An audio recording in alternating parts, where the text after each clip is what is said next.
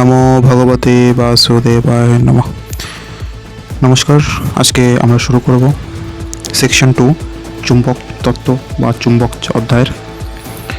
তাহলে শুরু করি। প্রথম যেটা প্রশ্ন সেটা হলো কি, ম্যাগনেট কথাটি এসেছে খনিজ পদার্থ ড্যাশ থেকে। অনুরূপ যদি এই একই প্রশ্ন আরেকভাবে করা যায়, প্রাকৃতিক চুম্বক পাথরের নাম কি? সেটা হলো কি ম্যাগনেটাইট। ঠিক আছে, অতএব ম্যাগনেটাইটের থেকে ম্যাগনেট কথাটি এসেছে, আর এটা হলো গিয়ে প্রাকৃতিক চুম্বক যে পাথর, সেই পাথরের নাম হলো কি ম্যাগনেটাইট। চুম্বকের নির্দিষ্ট কোনো আকার নেই। কোন চুম্বকের? প্রাকৃতিক চুম্বকের নির্দিষ্ট কোনো আকার নেই। কৃত্রিম চুম্বকের চুম্বকত্ব অস্থায়ী। কৃত্রিম চুম্বকের চুম্বকত্ব অস্থায়ী।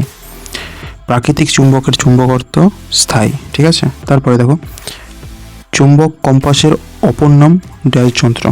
চুম্বক কম্পাসের অপর নাম কোন যন্ত্র? দিগদর্শন বা দিক নির্দেশক যন্ত্র।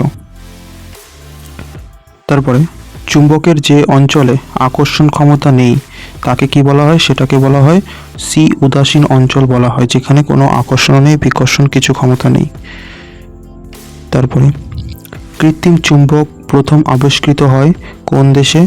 চীনে প্রথম কৃত্রিম চুম্বক আবিষ্কৃত হয়। ইউ আকৃতির চুম্বককে ড্যাশ চুম্বক বলে। ইউ আকৃতির চুম্বককে অশ্বক্ষুরাকৃতি চুম্বক বলা হয়। ইম্পর্টেন্ট আছে। তারপরে চুম্বকের ড্যাশ মেরু পরস্পরকে বিকর্ষণ করে এবং ড্যাশ মেরু পরস্পরকে আকর্ষণ করে। চুম্বকের বিকর্ষণ করে কি? সমমেরু পরস্পরকে বিকর্ষণ করে, আর আকর্ষণ করে বিপরীত মেরু পরস্পরকে আকর্ষণ করে।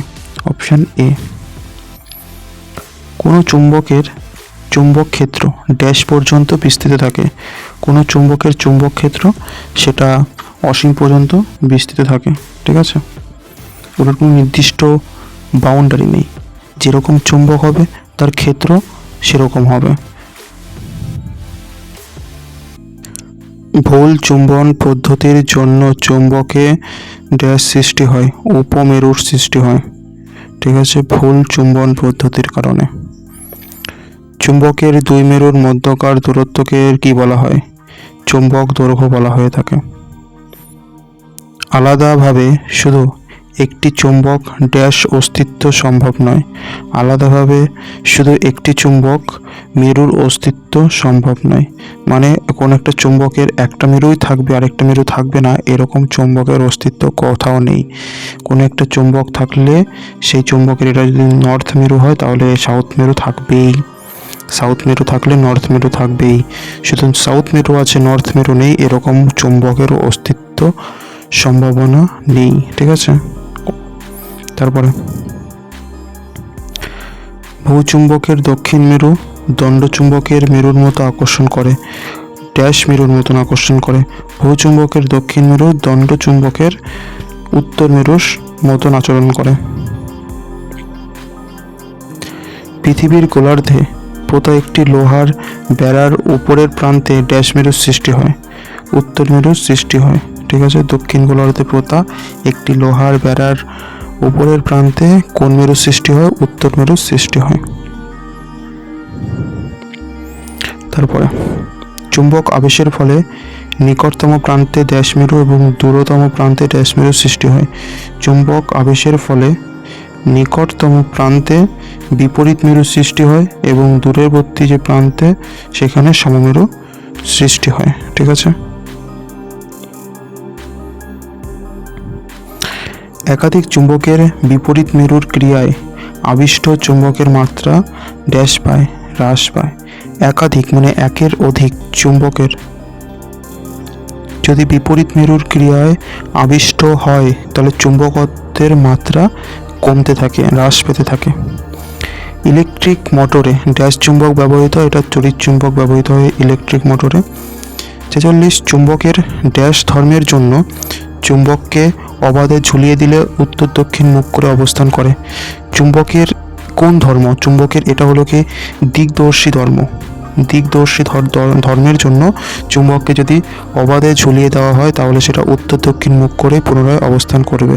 তাকে যেরকম অবস্থায় তুমি ঝুলিয়ে ছেড়ে দিলে সে আস্তে আস্তে উত্তর দক্ষিণ মুখ করে অবস্থান করবে। এই ধর্মটা হলো গিয়ে চুম্বকের দিকদর্শী ধর্ম, ঠিক আছে। তারপরে চুম্বকের দৈর্ঘ্য এবং চুম্বক দৈর্ঘ্যের অনুপাত কত? চুম্বকের দৈর্ঘ্য আর চুম্বক দণ্ডের দৈর্ঘ্যের অনুপাত হলো গিয়ে 43:50, 43:50, ঠিক আছে। অর্থাৎ চুম্বকের দৈর্ঘ্য মনে রাখো 43 আর চুম্বক দণ্ডের দৈর্ঘ্য 50।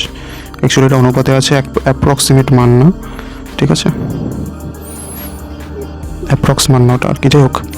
তারপরে উত্তর সন্ধানী মেরুকে আমরা ড্যাশ মেরু বলি, উত্তর সন্ধানী মেরুকে আমরা উত্তর মেরু বলি, হলো। তারপরে চুম্বক মেরুগুলি সর্বদা ড্যাশ অবস্থান করে, চুম্বক মেরুগুলি সর্বদা জোড়ায় জোড়ায় অবস্থান করে, ঠিক আছে। প্রবাহ মাত্রা যদি বাড়ে তাহলে তড়িৎ চুম্বকের শক্তি বৃদ্ধি পায়, প্রবাহ মাত্রা বাড়লে বৃদ্ধি পাবে। চোখের ভেতর থেকে লোহার গুঁড়ো বের করতে ডাক্তারবাবু কি ব্যবহার করে? তড়িৎ চুম্বক ব্যবহার করে, ওকে। ভূচুম্বকের বলরেখা বিস্তৃত ড্যাশ থেকে ড্যাশ পর্যন্ত। ভূচুম্বকের বলরেখা বিস্তৃত উত্তর মেরু থেকে দক্ষিণ মেরু পর্যন্ত। পৃথিবী নিজেই একটি বিরাট চুম্বক, ওকে। চুম্বকের জ্যামিতিক দৈর্ঘ্য 7 হলে চুম্বক দৈর্ঘ্য কত হবে?